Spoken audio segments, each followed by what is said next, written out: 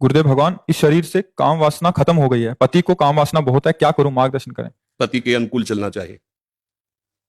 जब दो पाणी ग्रहण करते हैं पति और पत्नी, तो एक दूसरे को सहयोग करके मित्र भाव से चलाना चाहिए।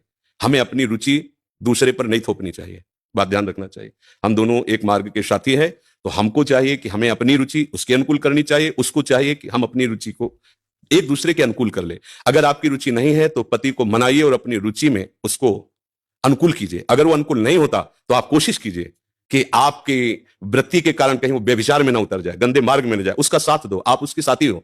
आपका ब्रह्मचर्य उतना मान नहीं होगा जितना पति की आराधना मान होगी। पति को एक मित्र है, मान लो हम कह रहे हो वो पति परमेश्वर होता है, ऐसा मत मानिए।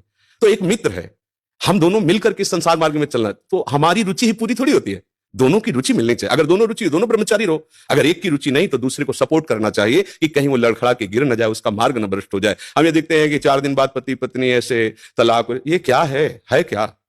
सिर्फ अपनी रुचि का पोषण नहीं होना चाहिए। अगर हम दो मिलते हैं, दोनों मित्र बनते हैं, तो एक दूसरे की रुचि का आदर करें, एक दूसरे की रुचि का सहयोग करें, तभी तो जीवन यात्रा चलेगी। नहीं तो कब ऐसे नहीं चलेगा। आप ब्रह्मचारी बन के बैठो और वो व्यभिचार में प्रवृत्त हो जाए तो आपने पाणी ग्रहण किया था, ये आपकी मित्रता नहीं सही रही। हाँ, वो बहुत ही व्यभिचारी है, अन्य अन्य अन्य, तो फिर अपने को अलग कर लेना चाहिए। अगर वो एक पत्नी व्रत है तो हमें उसका सहयोग करना चाहिए, उसमें ब्रह्मचर्य की तरफ वृत्ति न रखकर अपने पति की अनुकूलता की तरफ वृत्ति रखनी चाहिए।